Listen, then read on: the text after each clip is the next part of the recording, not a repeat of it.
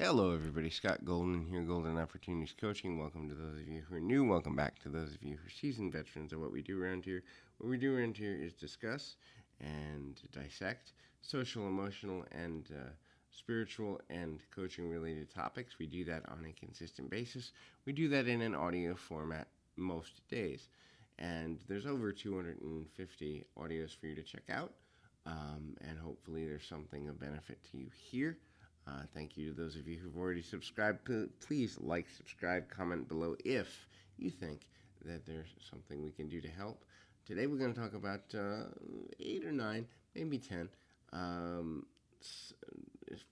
ways to improve self-esteem. Easy for me to say. One of them is just accepting yourself where you are, and if you stumble, it's okay. But so first we have to define what self-esteem is. Self-esteem is our view, our perception, and our interaction internally with ourselves. It's how we view ourselves, how we see ourselves in relation to others, in relation to our own value and self-worth.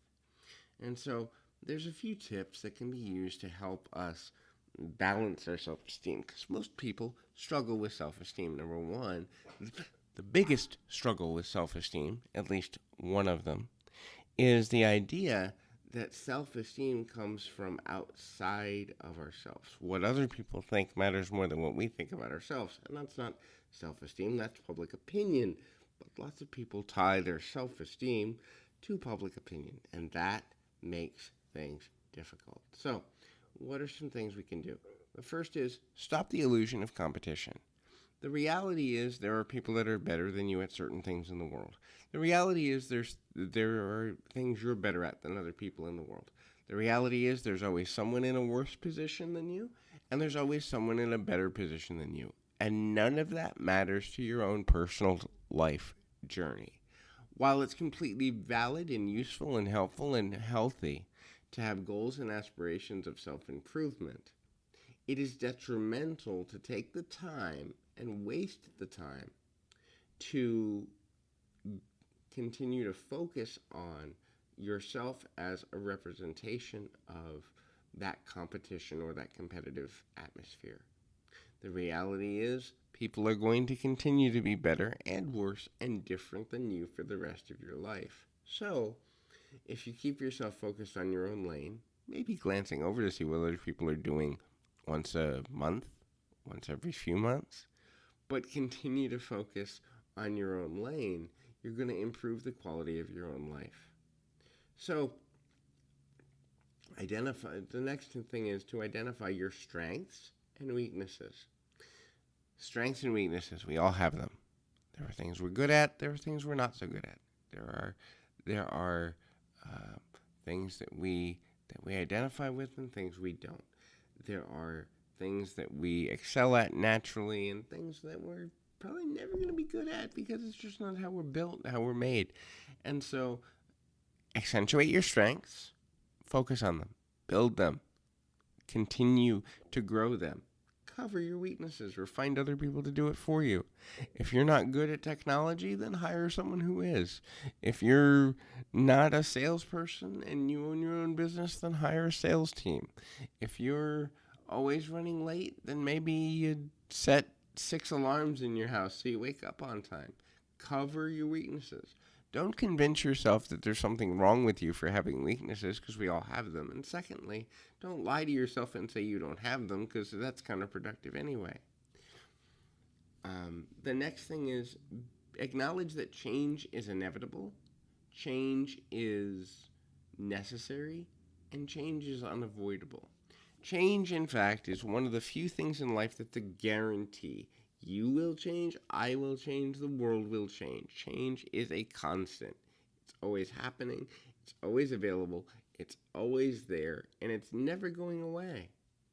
And so the more comfortable we are with the concept of change, the more comfortable we are with the concept of living, growth, expansion, life, and achieving our goals. The more rigid we are, the harder we make our lives, because when we hold to beliefs that we've outgrown, when we hold to concepts that may not be true any longer, when we hold to a system of conduct that is outdated or unnecessary, We make life harder because life is moving and we are not, and that can be extremely difficult. Set realistic expectations of yourself and others. Now, realistic expectations are two things. They're gentle but progressive. Gentle meaning, hey, some people or some situations don't work out exactly the way we intend. They don't work out the way we want. But they're progressive. Hey, am I better off than I was? Better off than I was last week? Am I better off than I was last month? Am I better off than I was last year? And they continue to move forward. My goal is to be better today than I was yesterday. My goal is to be better next week than I was last week. My goal is to always be growing and expanding. It doesn't matter the rate. Sometimes I'm moving fast because I'm excited. Sometimes I'm moving slow because I didn't get enough sleep. It's okay as long as I'm progressing. I'm winning. Next, surround yourself with supportive but constructively critical people. Support is wonderful. And yes, sometimes we need people just to give us a kind word, or give us a hug, or a handshake, or a pat on the back.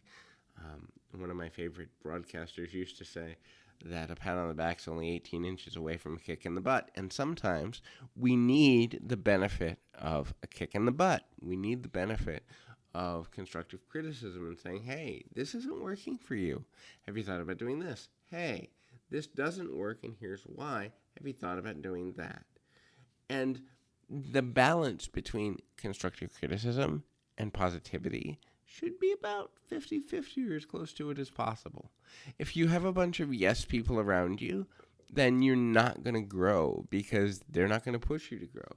If you have a bunch of constructively criticizing people around you, but you don't have some people that are just in your corner just because, you're going to start to think that all that's coming at you is criticism. So the balance of who you keep around you is important.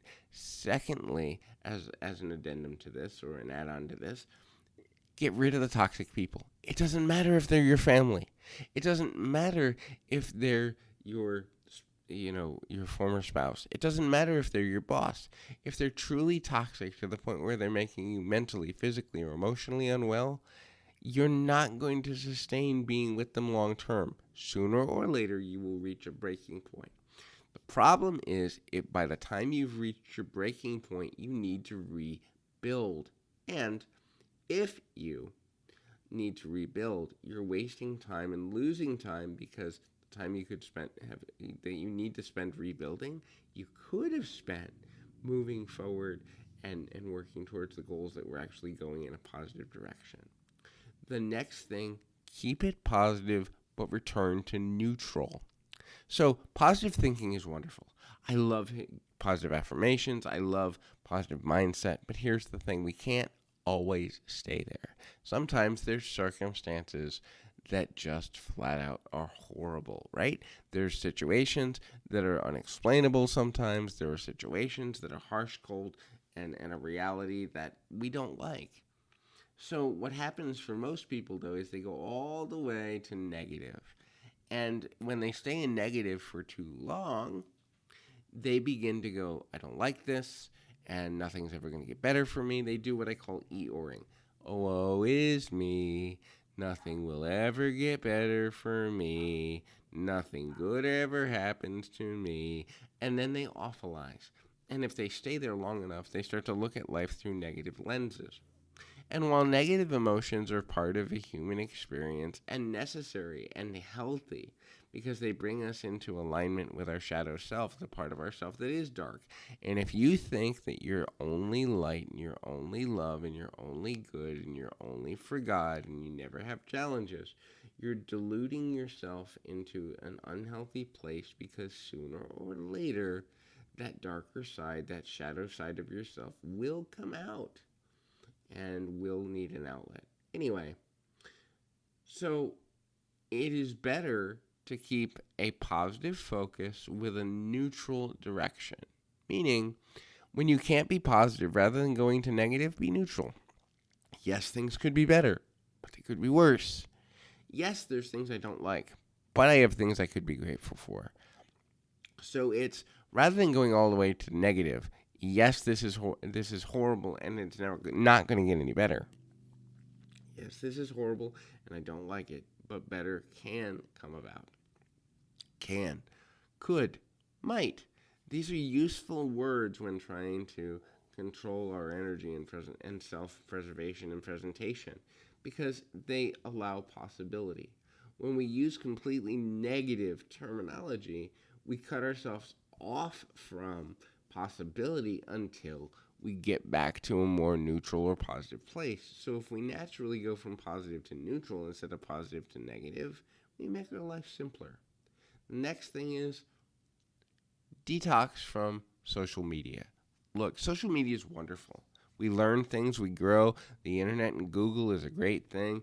We can learn just about anything with a few types of a keyboard, but social media and the presentation of an instantaneous society has also created social phobia.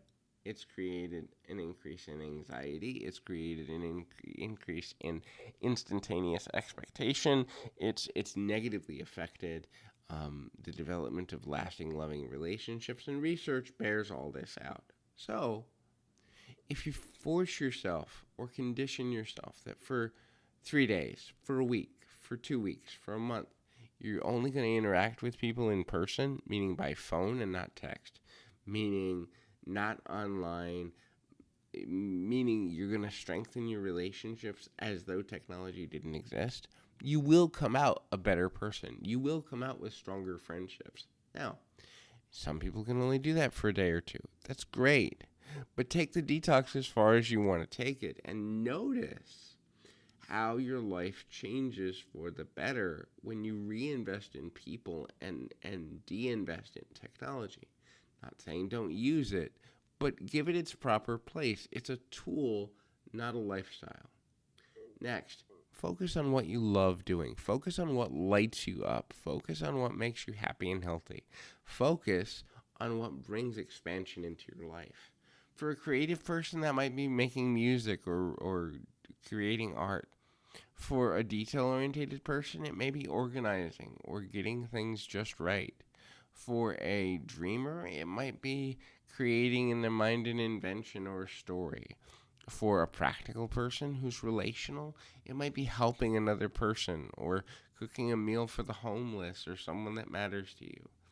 Do what you love and love what you do.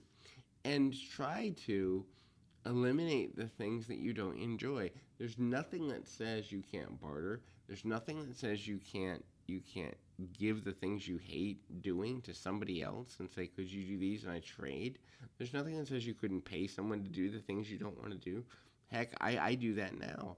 The things I don't want to do that I know I'm no good at, yeah, I'll pay someone to do that. Why? Because I'm going to save time and energy rather than forcing myself to do something that I have no interest in doing. The next thing to consider is the reality that we have to live more in the present. And living in the present doesn't necessarily mean not thinking about the future, but it means realizing that the future is part of our life existence, but that it only matters as much as we make it matter. So we can have cursory things we'd like to do. We can have cursory things that matter to us. We can have things that hey, that's cool, but at the end of the day, this moment is all we have. The past is already dead and gone. We can't do anything about changing it. The future is something we co-create through the actions we take in the now anyway. So why not focus on the now? Why not focus on this moment? Because that's where the power lies anyway. And then, lastly, and perhaps maybe not most importantly, but still just as important, find an outlet for your emotions and share them. Share them with yourself, meaning introspection. Share them with others, meaning build relationships. Share them wherever you can, as often as you can, because A, you need to, and B, without doing so, you're going to miss out on things. So we'll close for today, but hopefully